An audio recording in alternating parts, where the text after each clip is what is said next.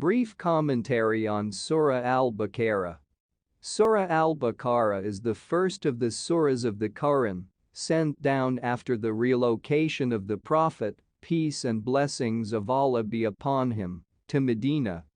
The surahs sent down in the Medina period were very different from the Meccan surahs in content, and if the Meccan revelations mainly explained the need to worship the one God and contained references to God's prophets and the Day of Judgment, torment in hell and heavenly bliss, then the Medina surahs contained religious prescriptions regulating the relationship of the believer with Allah and with the creatures around him.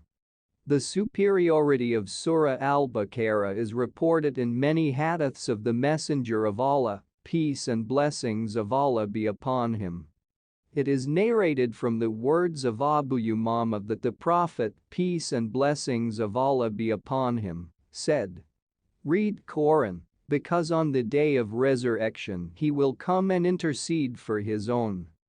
Imran, because on the day of resurrection they will appear as two clouds or two flocks, by rows lined up in rows, and will intercede for their own. Read Surah Al-Baqarah, because there is grace and abundance in it, and without it, sorrow and annoyance and sorcerers will not be able to cope with it." This hadith was narrated by Ahmed and Muslim. Abu Hurairah reported that the Prophet, peace and blessings of Allah be upon him, said, "Do not turn your houses into cemeteries. Verily, Satan avoids the house where Surah Al-Baqarah is recited." This hadith was narrated by Ahmed Muslim and At-Tirmizi.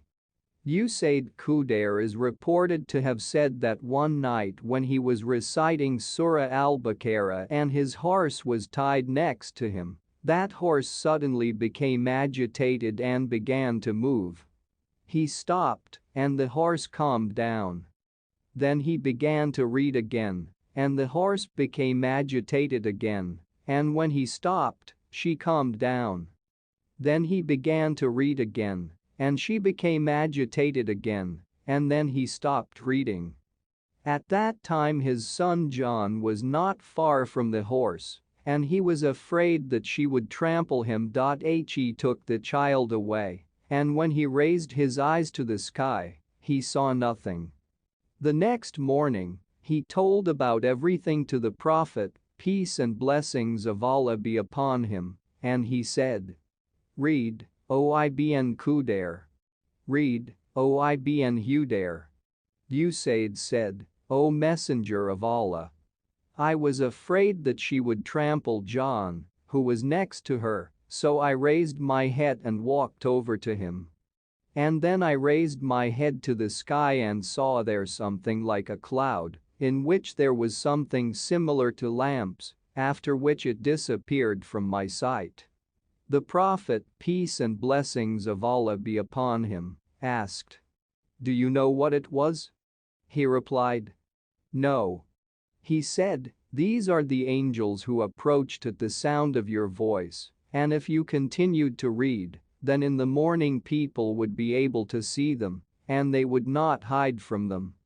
This hadith was narrated by Al-Bukhari. Interpretation of verse 17 of Surah Al-Baqarah.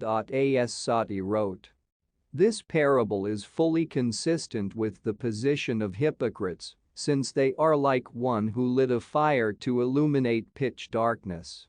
Such a person was in great need of fire and managed to get it from others, since he did not have any handy means with him.